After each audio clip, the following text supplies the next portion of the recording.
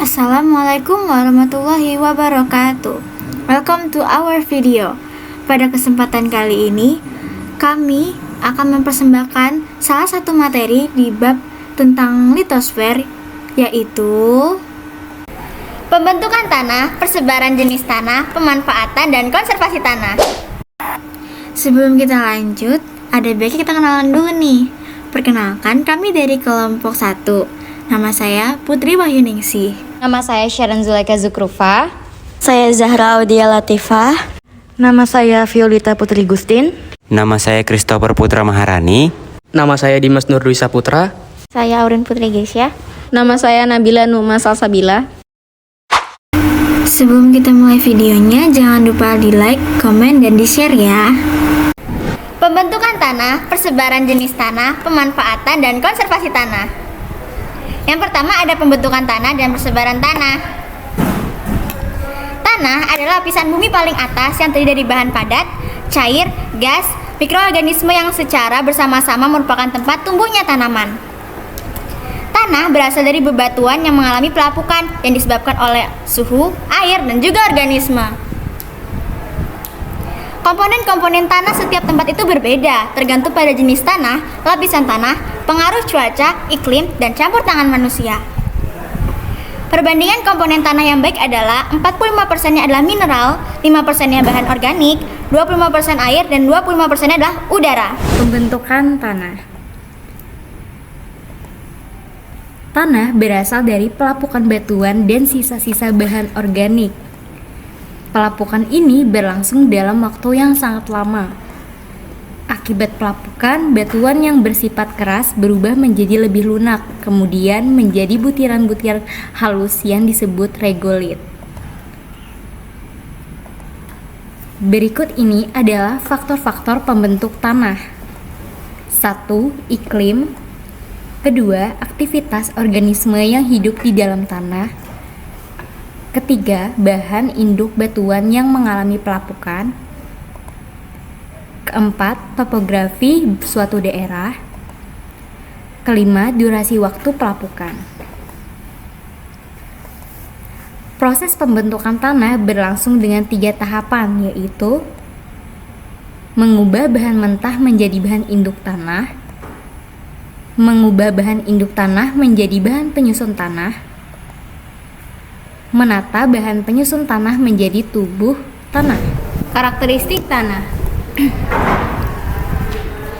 Secara umum, sifat-sifat fisik tanah yang dapat diamati adalah sebagai berikut. Pertama, keasaman tanah. Tanah yang subur adalah jenis tanah yang memiliki tingkat keasaman yang sesuai. Beberapa jenis tanah memiliki nilai pH kurang dari 7 atau asam, dan tanah dengan nilai pH lebih dari 7 atau basa. Untuk lahan pertanian, tanah yang cocok adalah tanah yang memiliki sifat netral, yaitu pH yang berkisar antara 6 sampai 7. Yang kedua, warna tanah. Warna tanah pada setiap jenis tanah berbeda-beda. Faktor yang memengaruhinya adalah kadar bahan organik dan kadar mineral. Semakin gelap warna tanah, tingkat kesuburannya semakin baik. Urutan warna tanah berdasarkan tingkat kesuburannya dari yang tertinggi hingga yang terendah adalah hitam, coklat, karat, merah, dan abu-abu.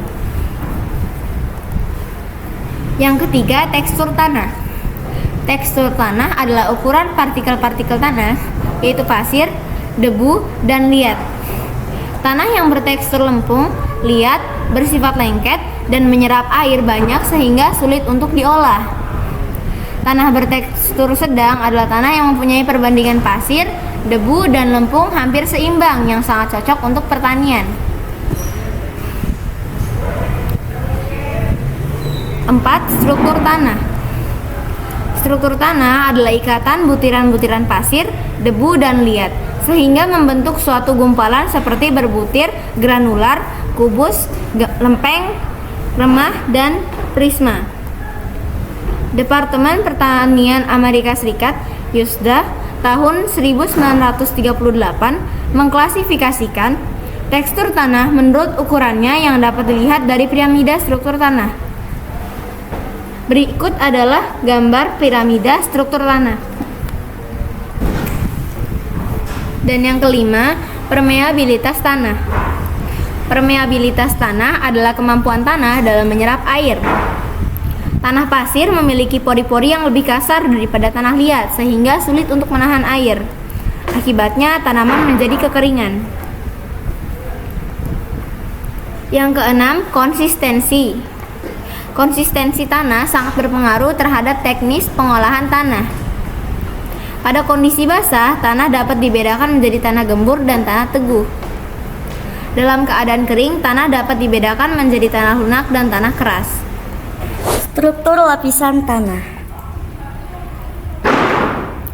Ada beberapa perbedaan karakteristik tanah, yaitu: pertama, tekstur tanah yang dibedakan berdasarkan ukuran butiran tanah. Kedua, bentuk tanah yang mengacu pada cara butir-butir tanah ini berkelompok atau menggumpal bersama dengan bentuk dan ukuran yang bervariasi. Ketiga, yaitu warna tanah, menunjukkan komposisi kimiawi dari batuan induknya.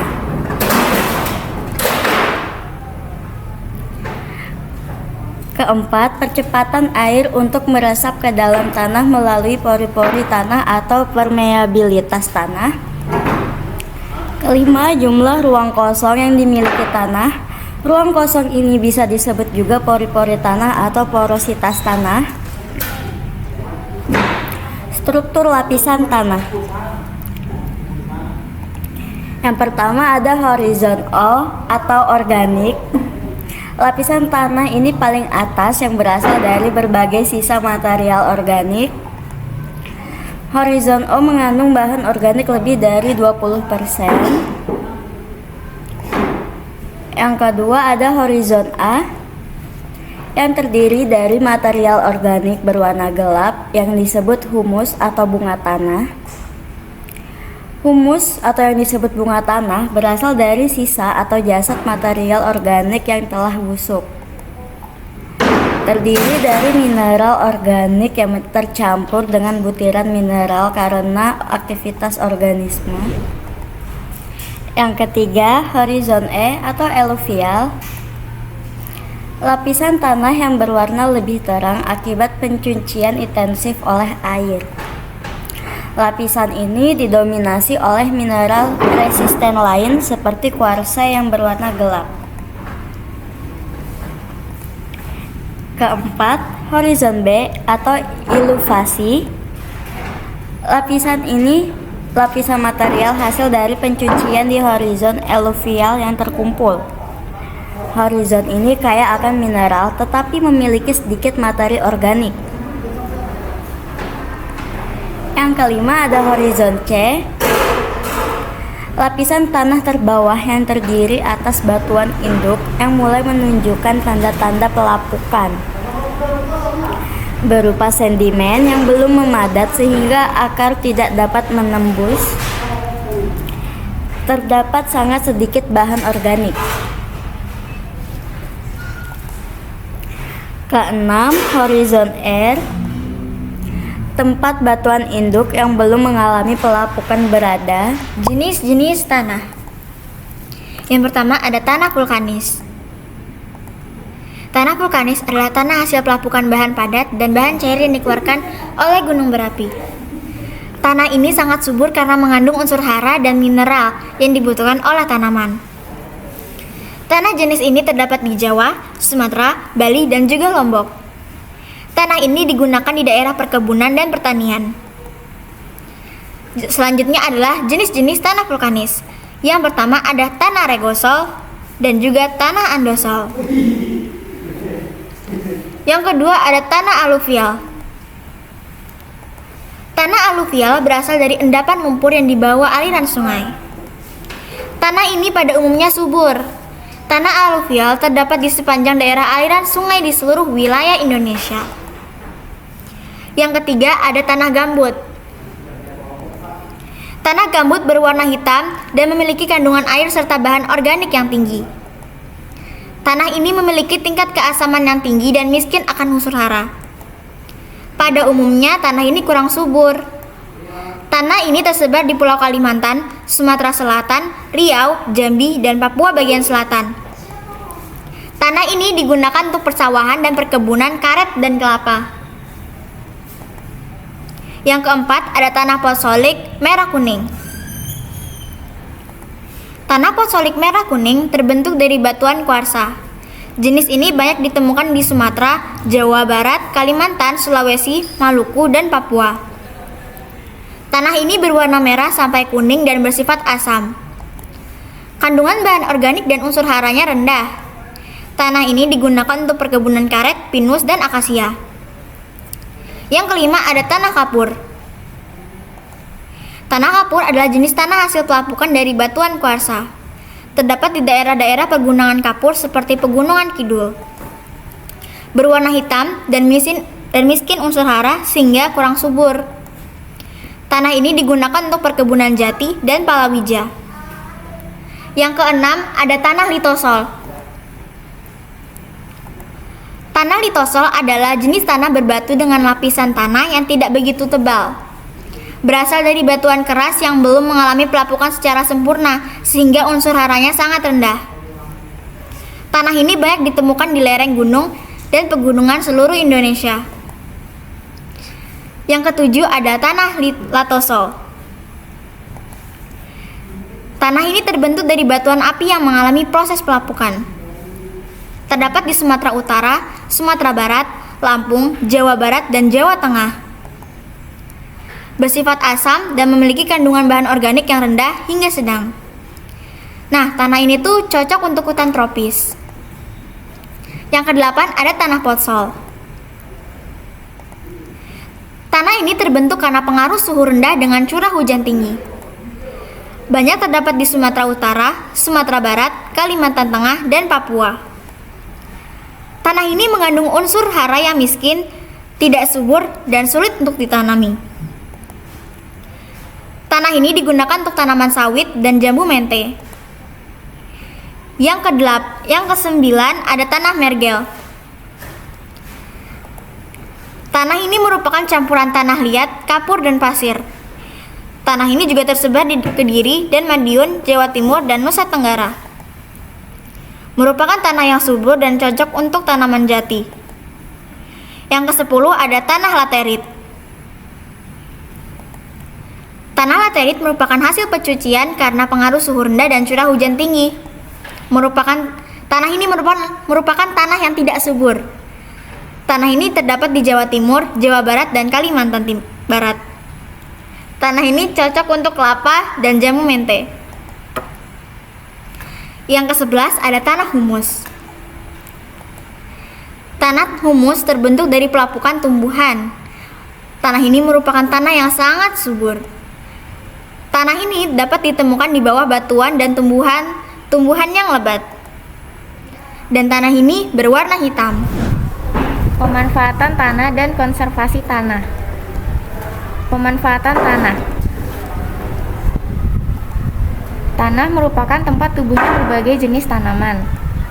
Tidak hanya bermanfaat bagi tumbuhan dan hewan, manusia juga memanfaatkan tanah untuk menunjang kehidupannya, yaitu sebagai media tanam di bidang pertanian dan perkebunan.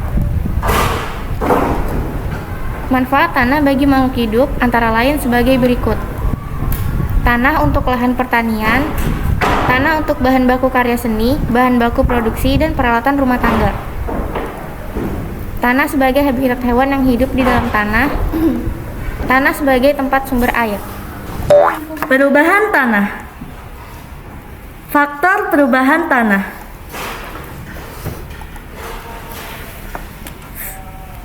Pertama, erosi. Erosi adalah proses pengikisan tanah oleh angin, air, glister, dan gravitasi bumi. Umumnya, erosi tanah disebabkan oleh air. Akibat erosi, membuat kesuburan tanah menurun sehingga tanah tidak mampu menyediakan unsur hara yang cukup dan seimbang untuk mendukung pertumbuhan tanaman yang normal sehingga produktivitas tanah menjadi rendah. Kedua, perusakan hutan. Hutan yang rusak dapat mengurangi daya serap tanah dan mengurangi kemampuan tanah dalam menampung dan menahan air sehingga tanah mudah tererosi. Kerusakan tanah disebabkan oleh aktivitas pembakaran liar atau illegal logging. Ketiga, ada tanah longsor. Tanah longsor adalah turunnya tanah dan batu ke bawah bukit. Tanah longsor berpotensi terjadi saat musim hujan. Air hujan yang turun membuat tanah menjadi longgar dan berat, sehingga terjadi tanah longsor.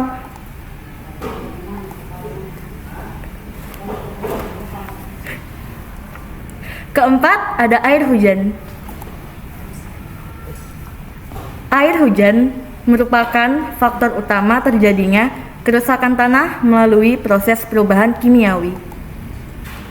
Air hujan yang turun akan menggores dan mengikis tanah di permukaan sehingga membuat parit di daerah yang tidak memiliki vegetasi. Air hujan juga dapat menghanyutkan tanah. Yang kelima, kehilangan unsur hara dan bahan organik. Unsur yang mempengaruhi kesuburan tanah adalah unsur hara. Faktor-faktor yang menyebabkan penurunan unsur hara adalah: pertama, alih guna hutan menjadi tanaman semusim. Kedua, pola tanaman yang salah. Ketiga, penggunaan pupuk kimia secara terus-menerus. Keempat, terjadi pencucian tanah. Dan kelima, bencana alam.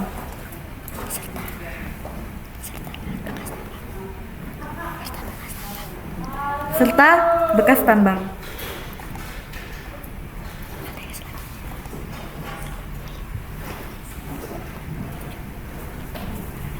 Keenam, ada penjenuhan tanah oleh air. Penjenuhan tanah oleh air adalah proses penggenangan tanah. Tanah yang tergenang di air berpengaruh buruk terhadap perakaran tanaman karena menghambat sirkulasi udara ke dalam tanah. Kondisi ini menyebabkan perubahan keseimbangan unsur hara di sekitar akar. Akibatnya, kesuburan tanah terganggu dan mengubah sifat fisik tanah yang berperan dalam menjaga stabilitas agregat tanah. Dampak perubahan tanah. Bertambahnya populasi manusia memaksa tanah untuk berproduksi secara maksimal.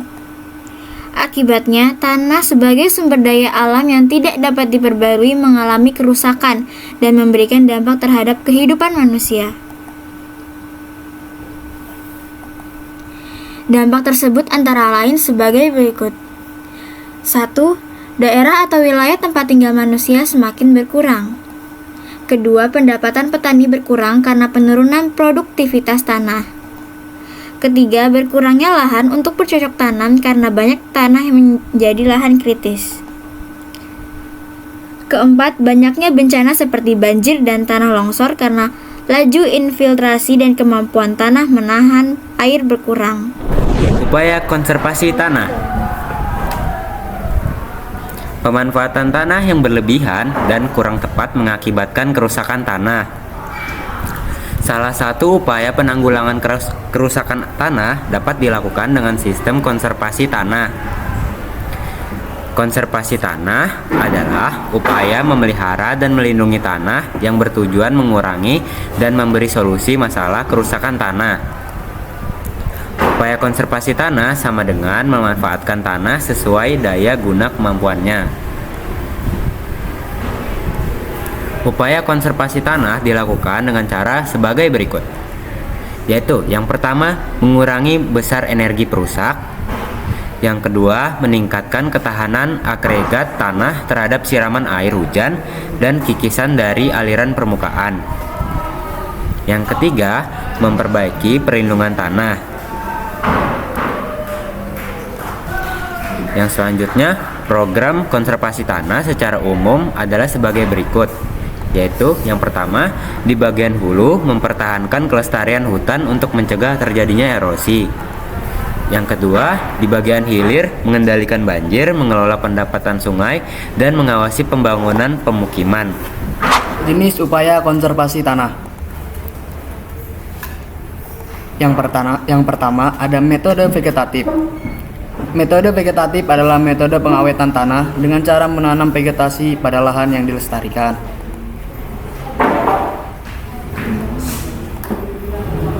Terdapat beberapa cara konservasi tanah dengan menggunakan metode vegetatif antara lain sebagai berikut.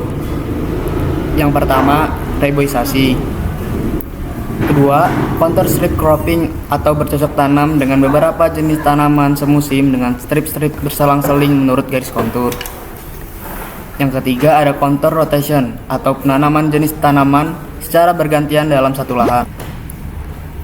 Yang kedua, ada metode kimia. Metode kimia merupakan metode konservasi yang memanfaatkan bahan kimia sebagai sarana pencegahan dan penanggulangan erosi tanah.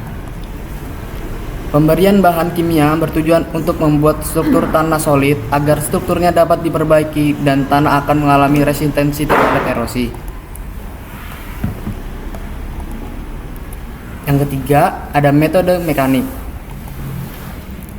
Metode mekanik adalah metode konservasi tanah melalui teknik-teknik pengelolaan tanah yang dapat memperlambat aliran permukaan. Beberapa cara konservasi tanah secara mekanik antara lain sebagai berikut. Yang pertama, ada contour plowing atau membajak searah garis kontur sehingga terbentuk alur-alur horizontal. Yang kedua, ada guludan atau tumbukan tanah yang dibuat memanjang searah garis kontur atau memotong lereng untuk menahan erosi. Yang ketiga, ada terasering. Yang terakhir, perbaikan drainase dan irigasi.